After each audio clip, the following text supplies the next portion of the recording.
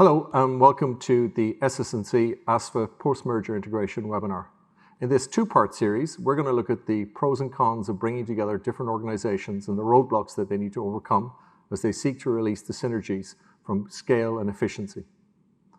In the first part of the series, we'll look at what's gone wrong, what could have gone better, and what are the key prerequisites for success in delivering the synergies from mergers. The second part of the seminar series will focus on where technology can add benefits, what we're like to see in the coming 5 years, and what's the likely trajectory for these so-called mega funds as they seek to deliver greater investment returns, cope with the increasing volatile investment environments, and deliver out better retirement outcomes for members. I'm Martin Fahey of ASFA. Thank you for joining me. Today on the panel, I've got a range of views across the sector, from service providers through to funds and those who are operating the advisory space. And it's my great pleasure to introduce you today to our panel. On my right, Amalia White, who heads up BPO operations for APAC for SS&C. Good morning. Beside her is Stephen Davidson, who is the Chief Transformation Officer at Australian Retirement Trust. Good morning, Martin. Finally, Jennifer Shaw, who is a Director at Deloitte. Thank you all for joining me. Pleasure. Stephen, can I start with you? Clearly, it's been a frenetic couple of years for Australian Retirement Trust. What's the reality been on the ground? Has it been harder than you imagined? And what have been the real sort of surprises along the way? Yeah, thanks, Martin. Harder, yes. You can't plan for things like the pandemic, and operating one of the biggest mergers and unique mergers in the industry through a pandemic certainly presented its challenges. The weekend that we went live, there's also the floods in Brisbane. Unsurprisingly, the remarkable thing through that was the resilience of our people. The amazing efforts that people went to minimise down to zero, effectively, the impacts on our members. And that was just a remarkable testament to everybody. Amalia, can I ask you, obviously a merger is an opportunity to re-platform at least one of the participants, in some cases to re-platform both of the participants. What are you seeing in terms of the technology, if you like, the speed bumps that people are hitting in terms of deploying new target operating models? Yeah, I think in merger scenarios, you tend to take a stronger look at what each party has. I think to some extent that's been the case at ART, a really deep look at each other's technology. In an SFT type scenario, that happens less frequently. And I think, there's potential for missed opportunity there. There's a sort of a default position on the larger funds part to go with their existing operating model and platforms. And if your growth strategy is SFT, then you're adding volume and complexity to what is usually a bit of a legacy system and potentially an outdated operating model. Jennifer, you and I have talked in the past about the fact that it's typically easier to release synergies between a smaller fund and a bigger fund. What are you seeing in the marketplace? Are people getting the synergies that they hoped for? Are they able to crystallise the savings? Yeah, I think I agree with the point made around, an SFT, some people are just going with the status quo of the larger fund. And for the smaller fund, in many cases, that does end up benefiting in terms of economies of scale. What would be good to see is people really taking a step back and thinking, well, what's best for the full membership overall, and not just assuming that the smaller fund members are going to benefit from what's currently in place. Stephen, you had two really large funds with a lot of history, a lot of cultural differences. What were the things that really went right that you felt were essential to the success and where you actually got what you had planned for? You touched on one, culture. Culture is critical through a merger. They're tough, and we should put that on the table and recognise they are difficult. People are going through change. The organisation is going through change. So culture, therefore, becomes critical because it helps create the base towards the unifying purpose. And I think that's the other key point. What is the ultimate purpose of this merger? How does it bring about the benefits for members, for all members through the organisation? And that's, I think, really focusing the minds of the people. Amalia, in terms of what you think people struggle with on the technology side, is it rationalizing the platforms? Is it data? Is it around standardization or automation? Where do people typically run foul of the obstacles in these SFTs and mergers? It's all of the above, but I think data migration is typically feels like the hardest.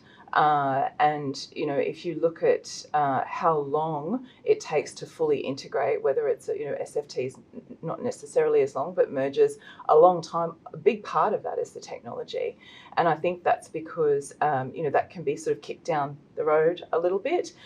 It feels very large, very hard, very cumbersome. So looking at that early on, if you think about the primary beneficiary as the member, can add value and maximise your transaction. But I think this is something the industry's just got to get used to and mature at. The length of mergers in banks in the States, for example, is sort of 15 to 20 months from announcement through to full integration. So we've got a bit of muscle to build around it, I think. And in terms of your experience with funds, their willingness to retire an incumbent platform or retire an incumbent provider, what are the sort of factors they're taking into account, do you think? I think I think one of the opportunities is having a really clear target architecture. And if you have a strategy that is growth through merger or acquisition, having a clear line of sight on what your target architecture is really important. I think that can get lost sometimes, or perhaps it can be treated as a bit of a tick and flick through that process, depending on the situation. So then you're just adding complexity, adding platforms, adding systems, and that can actually slow down your benefits. Stephen, Chief Transformation Officer, obviously that sets an agenda that there's going to be transformation. In terms of driving standardization, simplification, automation, how big was the ambition at Australian Retirement Trust? The ambition is large, and it should be, because we're here to deliver outcomes for our members, and a merger of this size presents an enormous opportunity. And as Amalia was saying before, you really need to think about what's that end state, not only in terms of technology, but what's the forward-looking growth channels, what's the opportunity here to return benefits back to members, to reinvest benefits in terms of services and better offerings. So the ambition is large, as it should be. Our members expect a lot of us, and this merger presents a wonderful opportunity to deliver on that. So getting down into the detail, is there going to be a retirement of a significant platform? Are you moving from one or two platforms down to a single platform for the new organisation? And are there significant moves in terms of what's happening in the data in the back end? There needs to be a consideration of all of those factors. When two becomes one in terms of an organisation, we also need to look at where we have multiple systems, where do we have multiple data sets? What is the opportunity to rationalise those? Where's the opportunity to build on the talents that both organisations had in both people, process and technologies? The funds both had a really strong capability in that regard. So in some instances, it's about combining like-minded systems into one, but there'll certainly be plenty of opportunities to consider further rationalisation of our systems. Jennifer, it must be easy for funds, particularly where there's a power imbalance, to try and fudge some of these issues, kick the can down the road on the basis that it's all too politically hard, too culturally hard, or even from a regulatory point of view. Your advice to funds that are looking at this process, do you need to engage standardization, simplification, automation early on, or is that something that you do over an extended period? I think it's something that definitely needs to be considered early on. It really needs to be starting to be thought through. I mean, we've worked with funds where, there's maybe been an initial decision that we'll move on to the existing platform, but there's a very firm commitment in terms of over the next 2 or 3 years, we've got an ongoing process that we are looking at replatforming for the other objectives for our fund. So I think it has to be part of those very initial conversations. The other reason it's important is that we've seen many occasions where there's merger conversations that actually happen for a long period of time that ultimately fall over because they haven't had some of these difficult conversations around platforms and systems, etc. up front, and then both funds can't get agreement down the line, which isn't good for any of the funds either. Amalia, traditionally this question of what do you do with the particularly member administration has seen as almost been binary. One fund dominates, and so you stay with the outsourced provider of administration services, or else you move in-house on-prem. That's really, we're no longer in a world of binary choices in that area, are we? No, I think if you look at what some of the smaller funds are doing, there's always nuggets of gold in their operating model, in their systems, in their marketing, and it's really just about taking the time to unpack that, see what's there, and I think Jennifer's right. It's having a considered view. You can make a decision, but make it a conscious decision, and do the research and understand before you do that. Stephen, clearly this all happens within a regulatory context. To what extent are the regulatory requirements around equivalence, the incumbent base, whether it's DB members or arrangements within the enterprise bargaining system, etc., or just the demographics of the member. To what extent do regulatory settings impinge on the ability to carry out the transformation, do you think? It's an interesting question because mergers are unique by their characteristics. Depending on the type of merger arrangement, the profile of that fund and the other fund that they're joining with, it's going to change the level of complexity you're dealing with. So it's a really tough question. I think the regulators, I know they are key stakeholders in these transactions. So therefore, like your boards, like your members, like the other partners you work with, whether they be insourced or outsourced, working with the stakeholders in an open and transparent way, including the regulators, allows you to work through those complexities. Jennifer, there's been probably an excessive focus on the sort of member administration areas, but that's not the only area where the integration needs to get attention. Do you find that there are particular areas that you see are getting neglected on the way into these SFTs or mergers, or are there areas that are dominating the conversation? I think one area that there's heavy focus on is obviously investments. So, there's differences between some of the mergers in terms of small funds going to large funds, similar size funds, and what assets will be retained and what fits in with the target fund's ethos. So that gets a lot of focus, and quite rightly so. One of the items that often comes up there is there assets that actually will need to be sold as a result of the merger, and what's the consequences of that ultimately on the member? And then I think the other important point, and again, there's probably differences between the different types of mergers, is the people aspect. So not the members, but the actual people who are involved and who have the knowledge of the existing fund. I think there's differences there. When you have two larger funds, there's maybe more of a combination of cultures. If you have a smaller fund going into a larger fund, do you retain all that knowledge, or actually is there does less people move over as part of that merge? So I think that needs to be a really important focus area, and working out how that fits into the go-forward organisation. Amalia, obviously historically SS&C has been known in this market, at least in superannuation in the administration space, particularly strong in DB. Mm-hmm. To what extent does technology in the investment management space play an important role?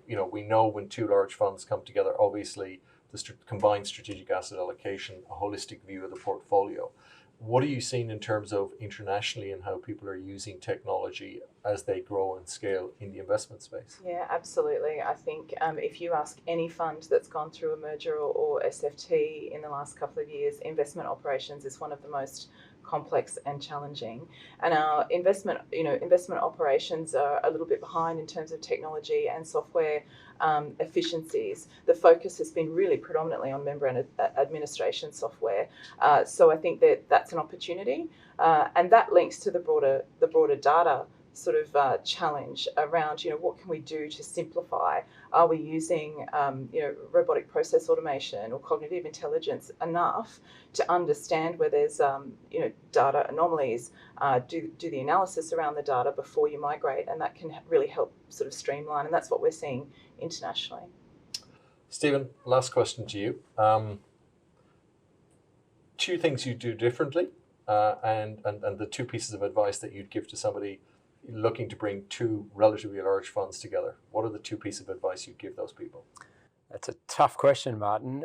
Two pieces of advice. Take the time to plan and really understand. I touched on stakeholders before, so really understand what that network of stakeholders is. It's critical because you will come across the complexities of a merger, and you can't plan for the unknowns, such as a pandemic, such as the floods that hit Brisbane, as I touched on before, and a war in Ukraine. All of those factors, hopefully not to that extent ever again, they will impact your merger activities. So take the time to plan. Be clear on your rules of engagement. And what I mean by that is ways of working. Jennifer was touching on before, two funds coming together. The cultures might be different. They might be very aligned, but importantly, get through those ways of working. What is the decision-making process? What delivery models are we going to use? Work through those, because they will be the oil in the machinery, which through what can be a very, very challenging time. That brings us to the end of part one. In part two, we'll be looking forward to what might happen next in terms of the post-integration space, what's going to sit in the next 5 years for those funds as they scale and they seek to release the advantages for members, particularly with the increased focus on retirement outcomes and delivering retirement products. I'm Martin Fahey, it's ASFA. Thank you for joining us, and we look forward to seeing you in the second part.